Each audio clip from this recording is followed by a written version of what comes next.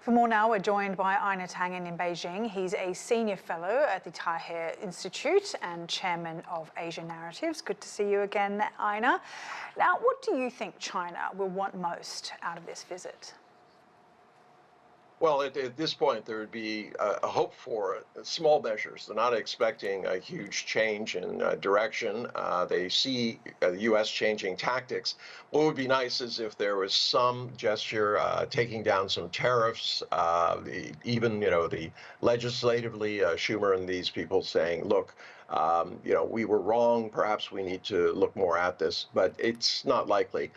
This looks like it could be just another roadshow with very little substance, pushing a White House strategy that basically offers nothing but partisan talk points. Schumer has said that he wants to even the playing field economically, but after passing a sweeping bill last year to boost competition with China in semiconductors and other technology, Schumer and Democratic committee leaders said in May that they would write legislation to limit the flow of technology to China.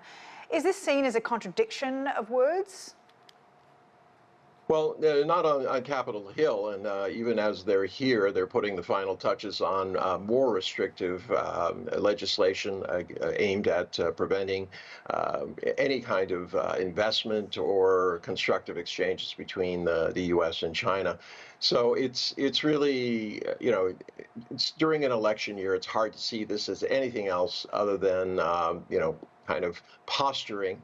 I think Schumer would like to come over here and say, look, I went to China and I told them this and that and all of these issues. But there's nothing being offered. You haven't heard anything from Schumer's side that says, look, we want to talk about some serious issues. We want to come to terms. Let's have a discussion. It's all been about potential issues they want to discuss. China, of course, would like to see some progress here. There is a question about getting together with on the sidelines of APEC between Xi and Biden. It's not clear what that will yield. Wang Yi will be in Washington later this month to probably discuss more about that. But a lot of it will depend on what happens at this meeting. If there's anything constructive, I think China will see that as positive. Otherwise, it's just another day, same thing. So what's going on here, though? I mean, the US is spending a lot of taxpayers' dollars sending their officials, even, business people are going over to China. But this is perhaps now the fourth or fifth lawmaker that's gone to China to try and meet with Xi Jinping, or at the very least, other Chinese lawmakers to make some sort of headway without headway actually coming. So what do you think the US is trying to do? Is this a sort of slow and steady wins the race sort of situation here? Not at all. I mean, it's surprising that Chuck Schumer and 5 of his colleagues are over here in China when in the U.S. Congress is a mess. It's basically has shut down because there's no Speaker of the House. Therefore, there can be no scheduling of bills.